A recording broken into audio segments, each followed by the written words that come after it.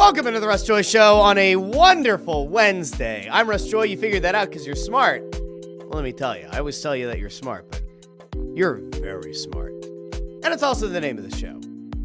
Now, if you've been keeping up with the program, which many of you do, you'll know that we did a show yesterday. It was over an hour of hilarity on Tuesdays. We broke down the NBA All-Star Game, the Four Nations face-off, and a whole lot of other stuff. Jalix Hunt, Nolan Smith clapping back at Emmanuel Acho. If you missed the show, if you had no idea that it happened, you can go find it wherever you get your podcasts, as well as on YouTube, X, and Facebook. Today's show a little bit different. We're going to dive into a couple of Eagles-related topics, and then I want to just get a general feel of the population. Where's your excitement at right now on the Philadelphia Phillies? Because I keep lamenting the fact that sooner than I expect, the Flyers season will end, the Sixers season will end, and it'll be me, you, and the Phillies. Oh, by the way, I totally forgot, but the Union made a big signing. Maybe we'll talk about that a little bit more on Friday. But the Union set a club record with a $3 million transfer fee. Apparently now we do, in fact, talk about Bruno. Oh. That'll probably be a Friday topic. But I want to get out to all of the hilarity that's going to happen.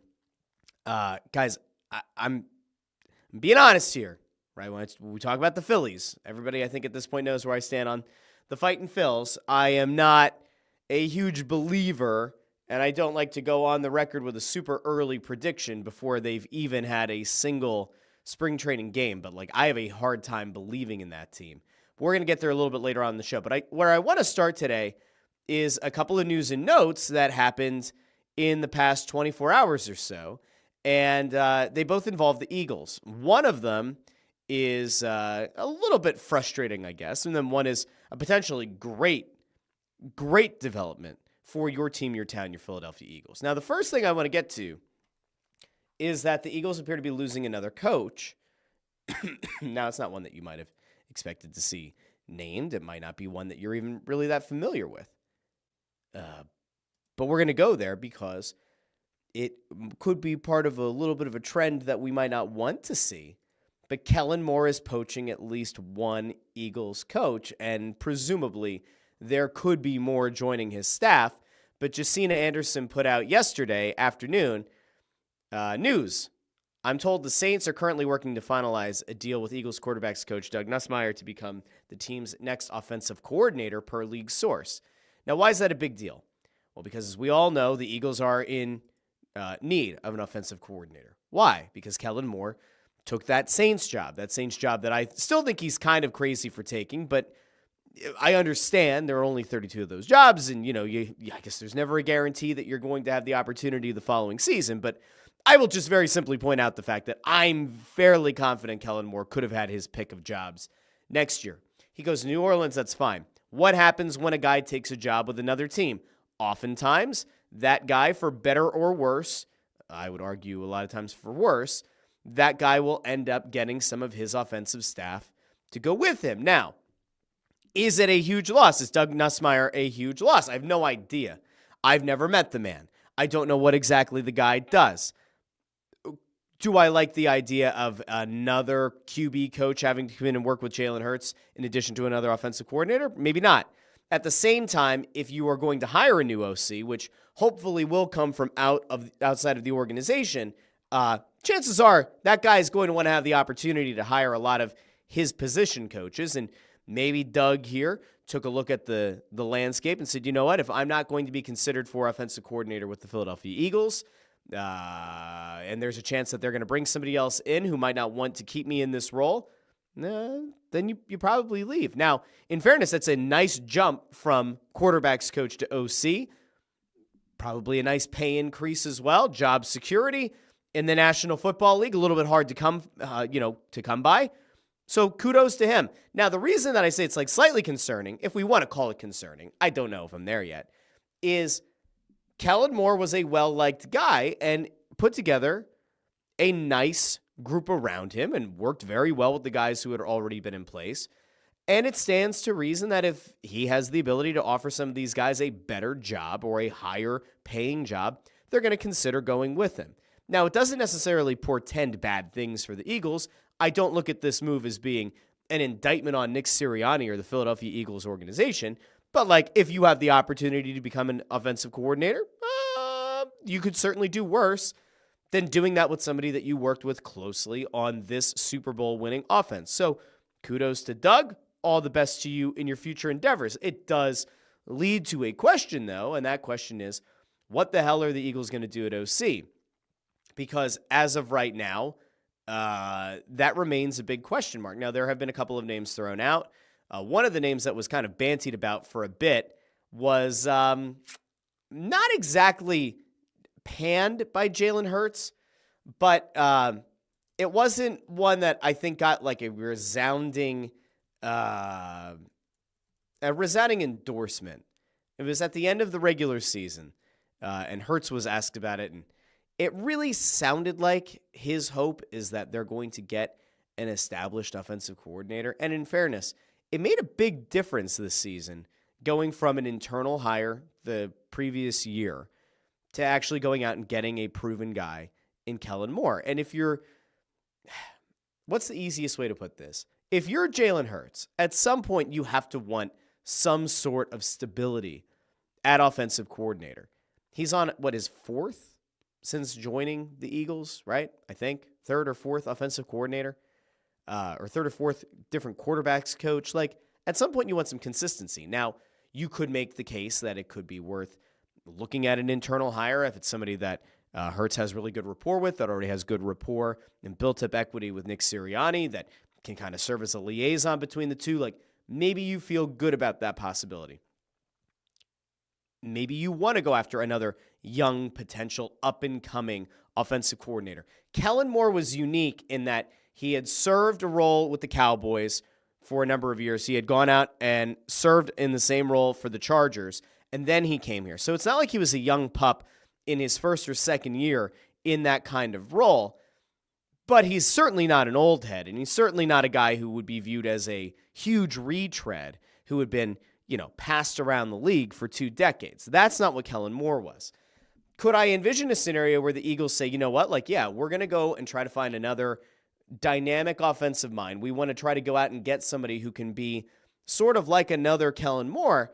Yeah, but your problem is that if you do go out and identify that guy, and I don't know who that is right now, but if you say, let's go find another OC on another team or a guy who's a free agent who's been an OC before, and let's bring him into the fold, the downside is if it's successful, like Kellen Moore was, he could get poached again in a year or in a couple of years. Like, it's entirely possible. What I think the Eagles would maybe benefit the most from is go out and get your offensive Vic Fangio. Go get your career offensive coordinator who will have no aspirations of taking a head coaching job, and get a guy who's willing to come in here for 2 or 3 years that has the pedigree, but also can provide that stability so that year over year, Jalen Hurts isn't having to learn a new system. Now, I get it. Conceptually, you could make the argument that a lot of the main strategies and a lot of the main ideals of the offense come from the Nick Sirianni mind and the Nick Sirianni playbook, and that Kellen Moore probably had to adapt what he was doing to fit within the constraints of Nick Sirianni's football mind.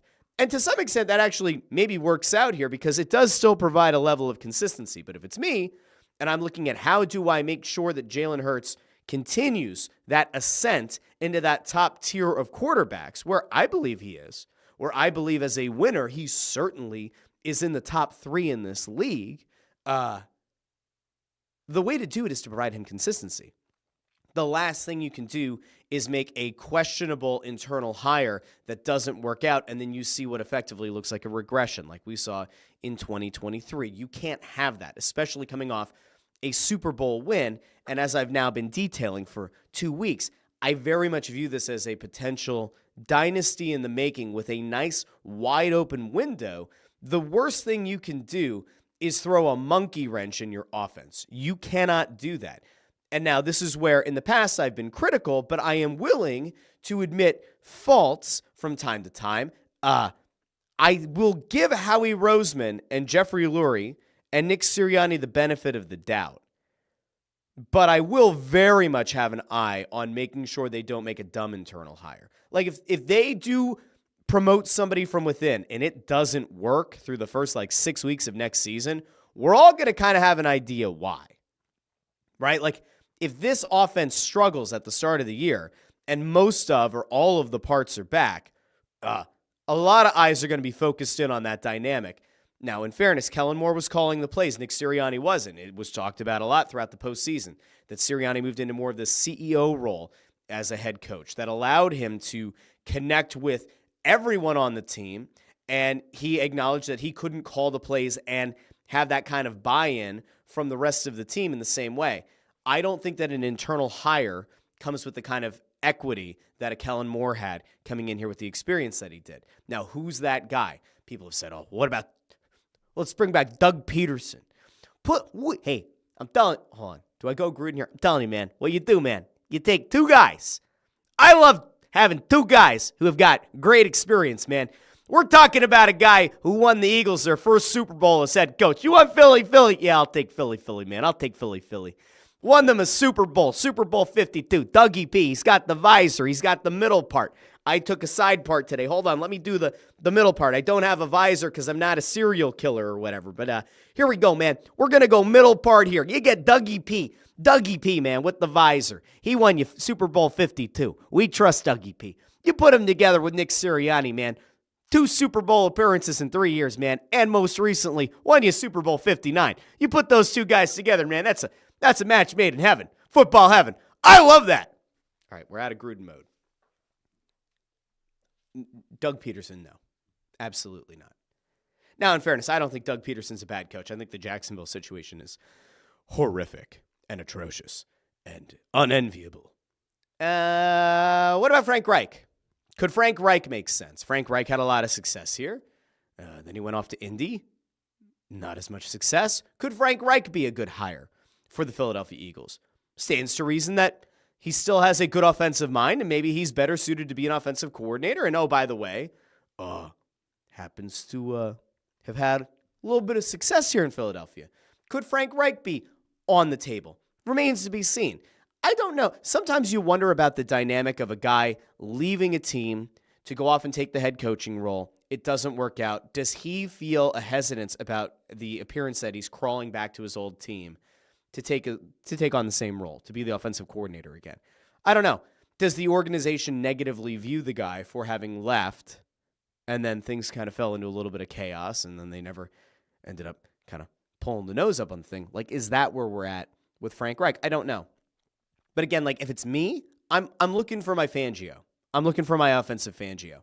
I want stability, and I want somebody here with a proven track record. And I think that as you're coming off of a Super Bowl win, and again, with that dynasty window open, now is not the time to experiment with an internal hire. That's just where I'm at. Now, again, I don't know jack shit, right? I'm not in those meetings. I don't know this coaching staff. I don't talk to these players. I couldn't tell you the first thing about the dynamics within the quarterback room, the offensive team meetings. I don't know. If there's somebody that you have total buy-in from Jalen Hurts, Saquon Barkley, A.J. Brown, Devontae Smith, the O-line, your sister's ass, fine. Let's just have that guy take over. That's fine. But it better be pretty clear to the public that if that internal hire is made, that it was done after consulting with the star players on this offense and that everyone had, this guy had unanimous buy-in. That's the kind of thing that the Eagles organization will have to do if they choose to go the internal hire route. If they go outside of the organization, we'll critique it, right? We'll scrutinize it. But if it's a smart hire, we'll probably laud it. I don't know where they're going to go. But I am really quickly going to go out to a guy who knows a little bit about coaching in the National Football League to varying degrees of success. I actually want to go out to Coach Mangini. Because Mangini had 3 things that he said the Eagles are going to have to do or are going to have to address this offseason in order to have a chance to win another Super Bowl this year. One was linebacker, which we're not really going to get into here. Obviously, re-signing Zach Bond is going to be a priority. We did get a little bit of a positive update on another free agent, which we'll get to on the other side of Mangini. But his big thing is this team desperately needs to make sure that they have the offensive coordinator nailed down. And so I'm going to throw it out to a guy who's coached in this league. Let's see what he thinks in terms of stability at the position. Hire an OC that's going to be able to maintain the progress they have. Okay, so that last time they were at not won a Super Bowl, went to a Super Bowl. Okay, they lost their coordinators. Steichen left. They tried to replace him. That didn't work out. So they Did not. replace him again the following year. They get it right this year, and now they're in a situation where, as Kellen Moore leaves the building, if they get a new OC from outside the building, he's got to have a little cachet. And is he going to bring a different system? And that group is different. That cachet thing is what I'm talking about. If you make an external hire, which is totally fine, and I probably prefer, to be honest, just in theory, as opposed to the internal hire, the guy has to have had some success in this league. Again, it can't be an experimental hire. This needs to be somebody who comes in and is a stone-cold killer. When Vic Fangio was brought in to take over this defense, yes, there were Miami players who were, celebrating in the streets because the big bad man who said things that were hurtful and harmful or hurt their feelings, I should say. The bad man was gone. Oh, we don't like Vic Fangio in Miami. He's too hard on us as players. He made me actually work. He made me actually, try to be a better player. Oh, he didn't tell me I'm the best defensive lineman or defensive back that he's ever seen. Oh, that hurt my feelings. That took away the warm and fuzzies in my tum-tum. When Vic Fangio came here, with the exception of those Miami players kind of celebrating in the streets, we all looked at it and said, good. Bring in a guy who has respect throughout the league. And yes, Sean Desai was technically a disciple of the Fangio methodology, but bring in the guy who created the methodology and have that guy take over the defense. And we saw it went from one of the worst units in 2023 to the best in 2024. So again, cachet, good. He used the word cachet. I used equity. Whatever. We'll keep going. That group's now won a Super Bowl. So if the coordinator comes in without the same type of pelts, it's going to be a little bit of the room looking around like, okay, what do you bring to the table? Real quick before we get on to the third And that's a really good point. one. Do they let Nick Sirianni pick him because he's now a Super Bowl champion, or do they say, Hey. Howie picked the last one and we won the Super Bowl? That worked. Yeah, that's part of the consideration. But even the in-house guys now, Kellen Moore has interviewed 3 of the guys that are on the staff. So they must have let those contracts expire, which means now Kellen could pull some candidates that they may want. And that is what's already happened. So since this show happened, Doug Nussmeier presumably is about to bolt to go be Kellen Moore's OC. So Mangine with a very good point there, that Kellen Moore interviewed a bunch of these guys, and it's entirely possible that he's going to poach them and take them with him. Okay. We're going to go to them. So I think that's the second thing. And I'd say the third thing is nobody cares. Nobody cares that you won the Super Bowl. Okay. I certainly don't. Okay. and here's So we're gonna stop there. But the idea here that you need to make sure you have somebody who has built up that cachet across the league, I think is a very pertinent point, and it's one that ultimately is going to affect the initial buy-in among the offensive group. Now, in fairness, if Howie Roseman goes out and hires an OC, I think that at this point, the guys on this team are going to trust that Howie probably made a good pick, especially after how Moore and Fangio worked out. It's tricky because the question last year was, is Sirianni really involved in picking the coordinators? Remember, Sirianni kind of looked like a lame duck, and then it was thought that maybe Howie and Jeffrey Lurie were going to put the coordinators in place to see if they could kind of salvage things with Nick, and there was a question about whether or not Nick was directly involved or if ultimately Moore and Fangio were his choices or not, right? I don't want to totally relitigate that point, but if we are to assume that in the prior year when Steichen left, that the internal hire came from Nick Sirianni as well as Desai's internal promotion after Gannon left, those would both go down as flops. And if, in fact, Howie is the one who ultimately decided on Moore and Fangio, then I'd say, yeah, like absolutely give it back, give the power back to Howie And while, yes, Nick won a Super Bowl, Howie has now won 2 in terms of, being here and overseeing football ops. So that is interesting to me. We're going to see where things are going to land, but I will be interested to see over the next few days, is Kellen Moore going to poach more of his coaches? All right, so I'm going to go over to the comments here really quick, and then we have a good little update about the Eagles, and then we're going to get to whether or not anybody cares about the fighting Phils. Landros2 says, question, would you give up some guy named Doug Nussmeier if it meant winning a Super Bowl? This is what happens. Good luck, Doug. Yeah, I guess I would. We have to sacrifice a Doug after every Super Bowl win in order to get back on track and have another one. I like that. Landro says, all these assistants are getting head coaching gigs. Howie has done a fantastic job getting quality guys in here. And Howie we trust. The guy bleeds for this city. Jim Cochran over on YouTube. I think Frank Reich is free. Let's go back to the future. Listen, Frank Reich is going to have some support here. He will. And if Frank Reich comes back here, you know what people are going to focus on? The success in Philadelphia. They're not going to focus on the tenure with Indy.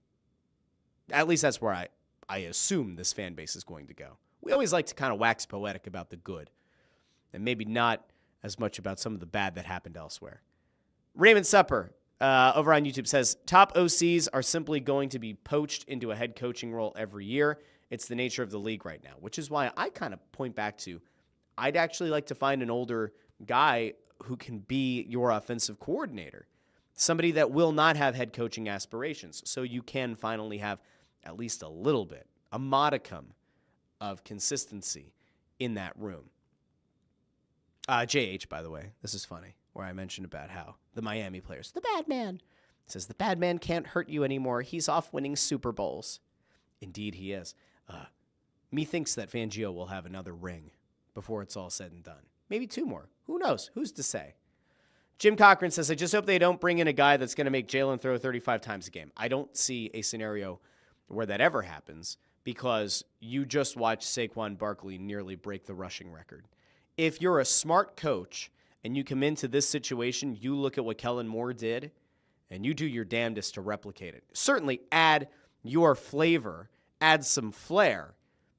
But it's very clear that this team with this line and this running back can very much be a rushing leading team, a rush first team that also happens to have a quarterback who can throw dimes to the best wide receiving duo in the league in A.J. Brown and Devontae Smith.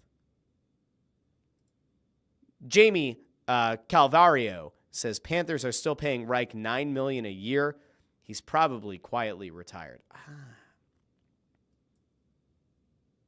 I think he still gets paid, though. I think that if he takes a new job, they still owe him the money on that contract. I could be wrong, but I'm pretty sure that he would be able to double dip. And if you can double dip in this league and come back to this team that's riding off the high of a Super Bowl, methinks that it could be certainly worth considering. Now I'm going to get to this last Eagles point, and then again, I would like to know in the comments if you are excited about the Phillies, if anybody's excited about the Phillies. There were some interesting quotes that are going around as well. We're going to get to those in a second. But we're going to actually send a shout to 97.5 The Fanatic. I mean that in earnest because Chunas tweeted out while, I guess, on the air, Adam Schefter said to Kincaid and Sal Chunas on 97.5's morning show, I think there's a real chance that Mekhi Becton winds up staying. Now, if you remember, there were a bunch, and I mean a bunch of people who hoped that some of the free agents, the Zach Bonds, the Mekhi Bectons of the world, would consider taking a hometown discount.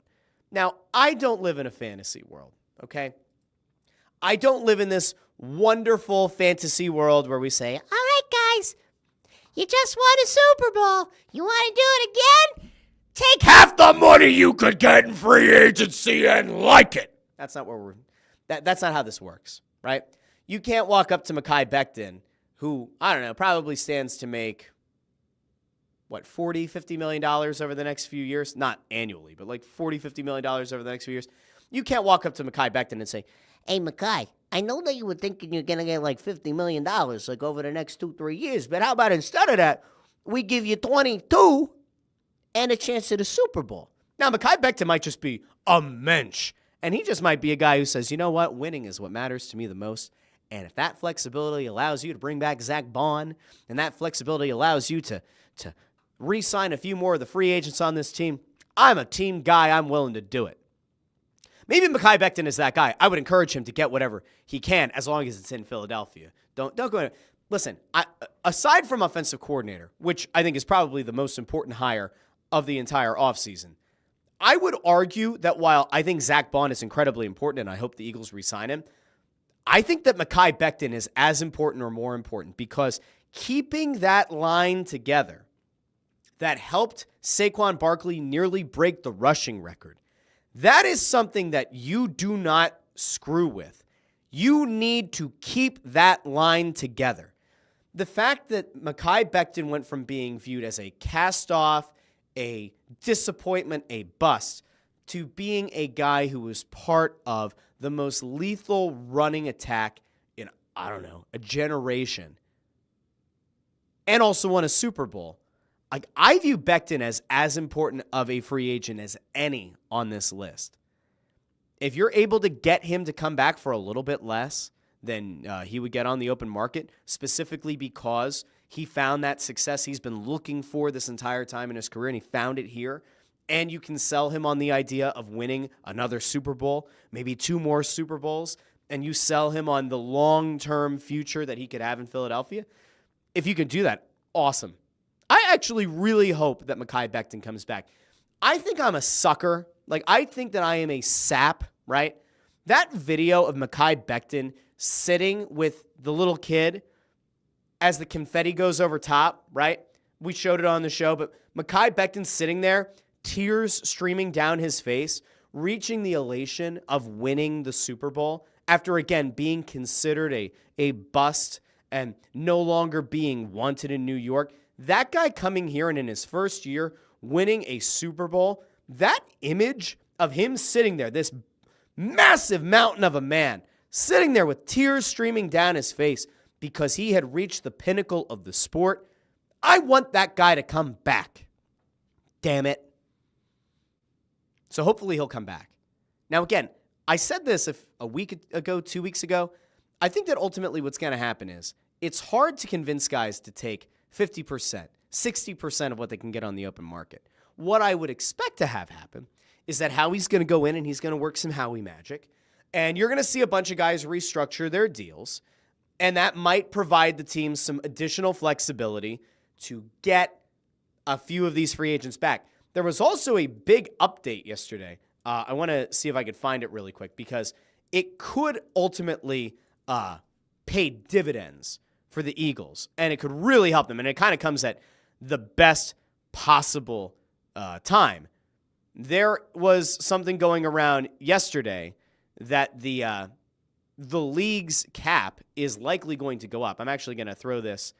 Who was this? It was Brett Coleman put this out on Twitter yesterday, and it was all about how ratings and Nielsen ratings are ultimately going to affect the salary cap going forward and what that could mean for teams. So, all right, here we go. Hopefully you guys can read this. I could always do where's my view here where I make myself teeny tiny. There we go. So it says the salary cap is going to explode again, and it's all because of how a change in how Nielsen measures ratings. Starting this year, they are leaning into using data directly from smart TV manufacturers to measure viewing habits in addition to the traditional at-home panel method. By the way, the at-home panel method and everything, like the Nielsen ratings as they're currently constituted are kind of bullshit. But using smart TVs will actually give you tangible data that's useful. Anyway, this means NFL ratings in particular from Sunday Ticket on YouTube are going to be more accurately measured. And that number is going to be way bigger than you think because of how many Gen Z and millennials consume football on streaming devices. More accurate ratings mean the league's next broadcast rights negotiation in 2028-2029 is going to be way more expensive, which ultimately means massive jumps in the salary cap. If I'm a GM, that means next year, or maybe even this year, I can sign some truly outrageous backloaded deals with a ton of funny money that all slams home in 2030 and not even care about the math. And so He then goes to this, which says, keep in mind the NFL agreed to this media rights deal back in 2021, and then Jeff Lurie, who has a background in film and TV production and knows that the league will be going back to the table in 2029, signed Jalen Hurts to an extension 2 years later that looks like this. And so you take a look at Hurts's contract here and where the void years are late in the deal and where the dead money is. It's clear that Jeffrey Lurie, let's see, it looks like I lost my video here for a second, but that's okay. We're not worried. We're not going to panic today. We might have to panic. If I have to panic, so help me. I do have this other camera. It's not good. But the idea here is obviously going to be, and we'll come over here. Hello. How are you? Zoop. There we go. Hi. So the idea here, very clearly, is that if you are a team that's looking to take this thing to the next level, backload your deals. Go funny money. Why wouldn't you? I mean, this is a very fair point. It's a great observation, and ultimately it might be one that could ultimately prove to be correct. That if you are a team that actively wants to account for the cap going up, why wouldn't you backload a lot of your contracts? This maybe helps the Eagles re-sign a Zach Bond and a Mekhi Becton. It comes at the absolute perfect time. So, Jamie asks over here, did Multiview on YouTube inflate these numbers? I don't know. And that ultimately is going to be one of those questions. Like the streaming numbers, right, across the board on a whole bunch of streaming services kind of remain like a black box in a sense. Like one of the things, so because I live in the world where for whatever reason, I still actively care about professional wrestling, right? Because I'm insane and maybe I'm a child. That's also possible. One of the things that has been kind of questioned is Raw went to Netflix, and the question then became, what do those numbers look like? And Netflix tends to put out to the public. There we go. Netflix tends to put out to the public what they get because the streaming audience on Netflix is massive, and that's well known. On the flip side, AEW has been streaming on Max, and those numbers kind of seem to be a black box. Like no one actually knows how many people are watching on Max, and they're not reporting it in conjunction with the over-the-air or with the cable numbers. So could Multiview inflate numbers? I don't know, but I think that what you're likely going to have reporting with Multiview, like with, I assume the question is like around Sunday Ticket. If you had the Eagles game here and a Cowboys game here and a Giants game here in Red Zone, I don't know if it's going to give credit for all three of those single games being viewed. If it does, yeah, like those are going to be funny numbers. And they're not exactly the same thing, right? Because like if you're an advertiser, you would probably want to have a general idea on, was the game being viewed in Multiview, because you're not paying attention to commercials. When you have 3 games plus Red Zone pulled up, you're not watching commercials. As soon as commercials come on, you're switching which box is highlighted, and you're listening to the game feed. Now, I listen to Red Zone the entire time, and then I just monitor those other 3. But from an advertising perspective, you want to know that if it said there were 1 million viewers on the Eagles game, that you were getting 1 million eyes, that you weren't getting 300,000 actually focused in eyes and 700,000 eyes in a quad view where your commercials aren't being viewed. So it is entirely possible that like these numbers are going to ultimately look inflated, but I don't know. I will be very interested to know like how they ultimately calculate it. All right. Let's see. I saw a couple of other things in the comments. Allison says, good morning. Dee Dee Skinner with a good morning. Let's see. There's some other things over here. Jim Cochran. Oh, Jim had a thing about the Phillies. We're going to get there in a second. Let's see. All right. I think that's it. All right. Now I want to go over to the Phillies. Okay. Your team, your town, your Philadelphia Phillies. Because I'm not excited. And I can't lie to you. And I will not lie to you. And I don't think I've ever lied to you as a viewing audience or a listening audience. I tell you when I feel really good about a team, and I tell you when I feel bad about a team. And I feel genuine apathy when it comes to the Phillies. Will I take my family there? Yes. I love Citizens Bank Park. And I love going to baseball games. And my kids really enjoy it. And so I will go, and they will get my money. But they won't get my heart. It's going to take a lot for the Phillies to get my heart this year. I don't think this was a good offseason. I don't think that Jesus Luzardo changes things fundamentally for this team. I don't think that Max Kepler changes things fundamentally for this team. I don't think that the Phillies are the best team in the National League East as currently constituted. I certainly don't think that they're the best team in the National League. Now, I may be willing to adjust my National League East take once I see how they look in spring training. But as things are set up right now, I go, all right, the rotation is really good. I don't know if it's great, but it's really good. Zach Wheeler is here. Christopher Sanchez, you better hope and pray that your former number 4 starter can be a guy who could essentially be a number 2, which he was a lot last year. Then you have Aaron Nola, this very overpaid third guy in your rotation. Luzardo probably becomes your number 4. Ranger Suarez is maybe your 5. You can shuffle Sanchez, Suarez, and Luzardo wherever you want. But on paper, that's a really good rotation. So I feel okay about it. Now, would I be more excited if the Phillies had gone out and gotten a top-end starter? Yes, there were multiple available. Once again, the Phillies did not ultimately land any of them. So there's a certain level of disappointment that I feel in my heart when it comes to the rotation. But it really wasn't the rotation's fault that things fell apart like they did in the postseason. And the bullpen, I have a hard time getting myself totally worked up about the bullpen, except Estevez. You went and you got him. He's gone. A couple other guys left.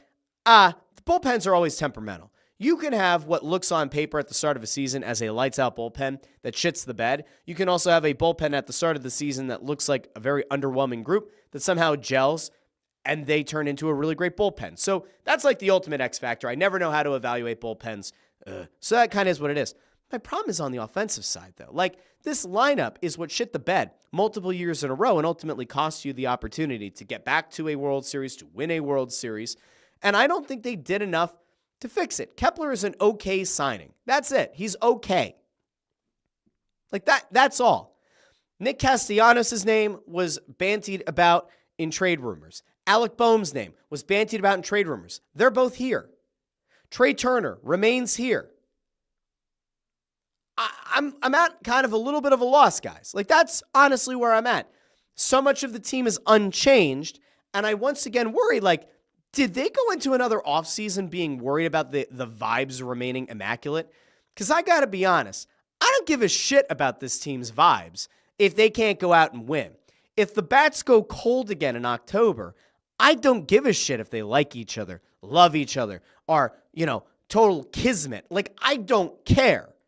I'm going to sound like I'm on The Bachelor or The Bachelorette. I need somebody who can push these guys. I need somebody who can go in and challenge their teammates and get their heads back on straight when they hit the skids. Let us not forget, the first half of the Phillies season in 2024 was spectacular, setting them up for a potential record-breaking season. They went to London, and when they came back, the wheels fell off in a big way. They roughly played .500 baseball, and they whimpered out. I mean, remember, they had the chance to put their foot on the throats of the Mets and the Braves. They failed to do so, and the Mets one really came back to hurt them because the Mets curb stomped them in the playoffs. I have a hard time looking at this roster that has mostly remained unchanged again and say, oh yeah, this year is going to be different. I don't buy it. I don't see it.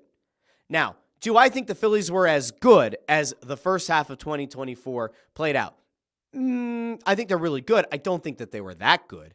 Do I think that they're as bad as a .500 team that they finished and then that piss-poor effort they put out against the Mets in the playoffs? No. I think they're somewhere in the middle. But the problem is somewhere in the middle likely doesn't get the job done. I mean, the Mets are the Mets, and we can all kind of laugh at the Mets, but they did go out and add the biggest free agent in Juan Soto, which is going to help their lineup tremendously. The Braves remain the Braves. It's going to be a tough division to win. It's going to be a tough division to pick up wins consistently in. It could be a bloodbath in the NL East, which then means you might not be in a great position to get one of those wild cards. There are going to be other divisions that are going to be easier to pick up wins against bottom-feeding teams. The NL East doesn't really have that right now. So as spring training begins, I find myself ever so slightly worried. Just a little bit. Just a wee bit. And in fairness, I'm allowed to feel this way because I've tended to be kind of spot on about a lot of this stuff. I said to you guys last year, the lack of killer instinct is what scared me.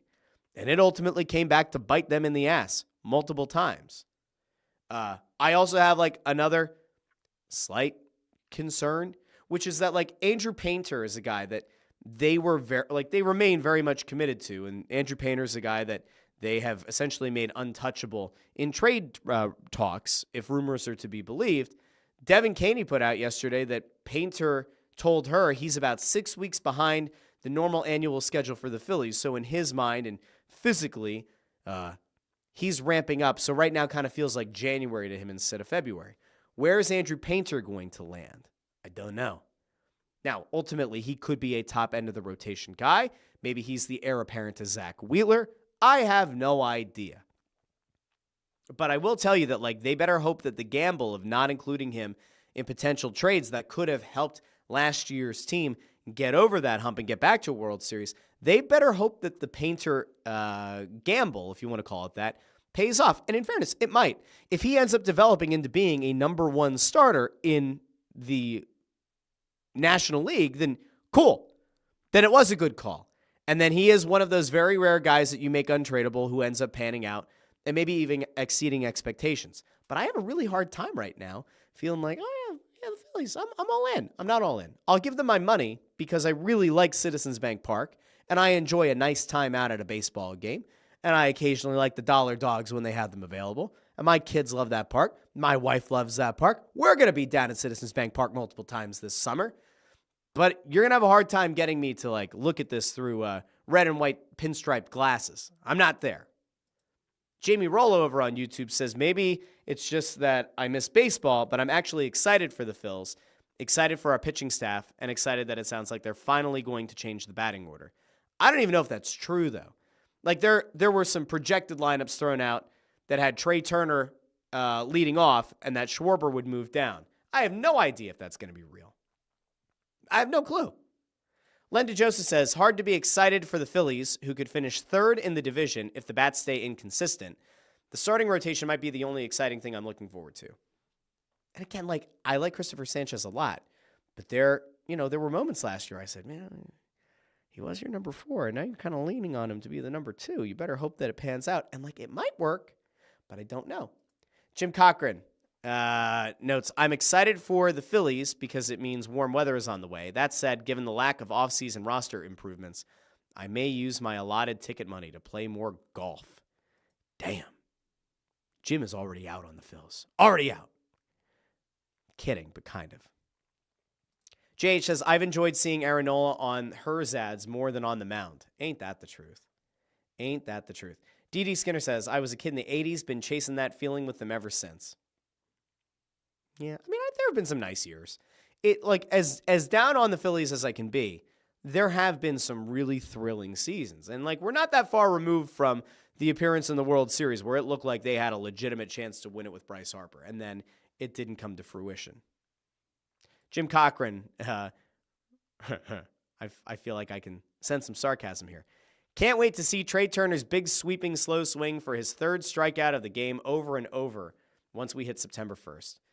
If they can figure out a way to fix Trey Turner, which feels less and less likely every year, if they can figure that out, it could signal a fundamental shift in this team's fortunes.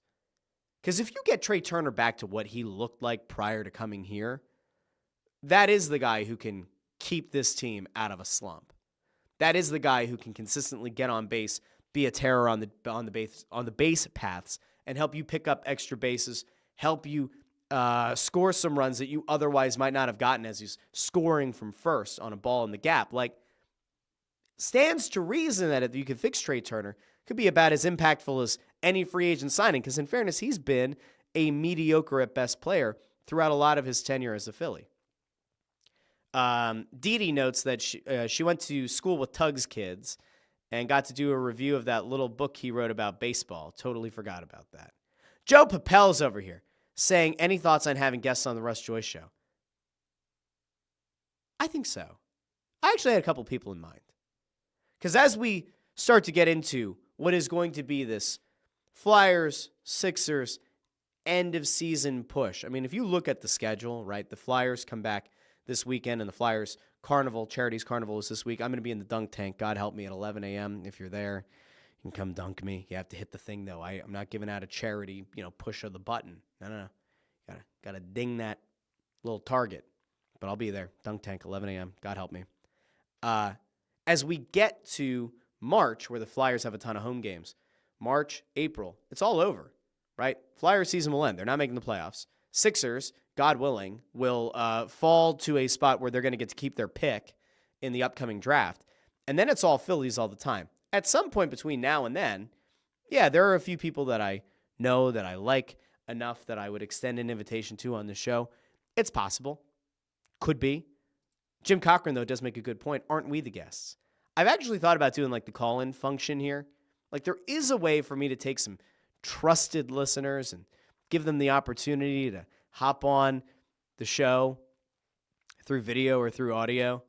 I'm just a little bit torn on whether or not it's a good idea because I have an idea of somebody who's going to want to do that, and I'm going to have to give them the old boot. But we'll see. Joe asks, would I have Ant on to discuss the Phillies? No. No. I don't think I will. No. Other people, though, to talk about the Phillies, maybe.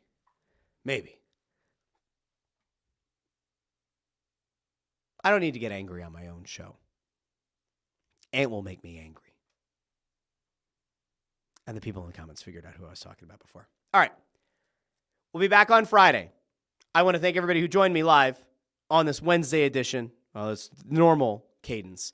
If you missed Tuesday's episode about the All-Star Game, Four Nations, all that jazz, go watch that episode, listen to that episode, download it, leave a 5-star review, like the video, share the video, subscribe.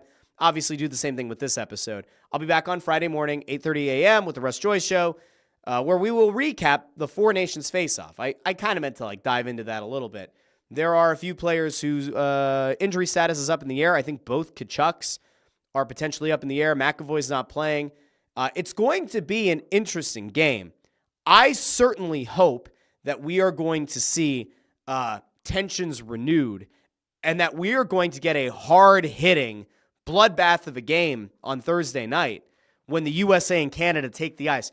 I also hope that the American fans in Boston do not boo the Canadian national anthem.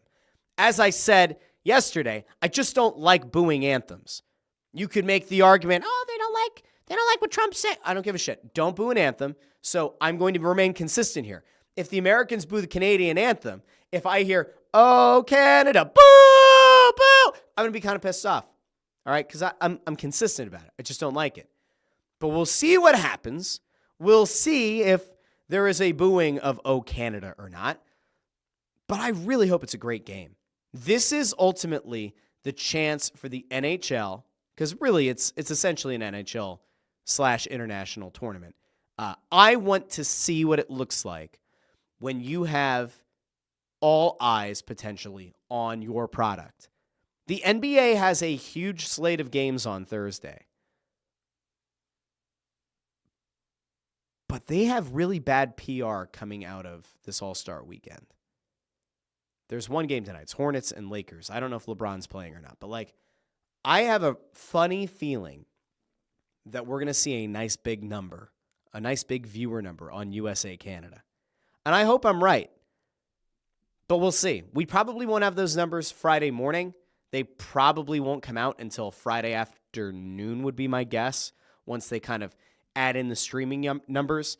But if we do have them on Friday, we'll go over them as well. I want to see head-to-head, what does the NBA do against the Four Nations final?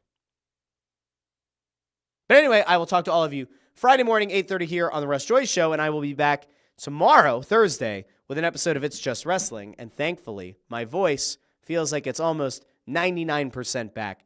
So we're feeling pretty good around here, and I think I'm going to be able to actually get that show out this week. And there's a lot to talk about. Like Ricky Starks is now Ricky Saints. What? All that and more tomorrow on It's Just Wrestling. But until Friday at 8:30 a.m., I've been Russ Joy. This is the Russ Joy Show, but you figured that out already because you're smart. It's also the name of the show. I'll talk to all of you Friday. Have a wonderful Wednesday, everybody. Talk to all of you very soon.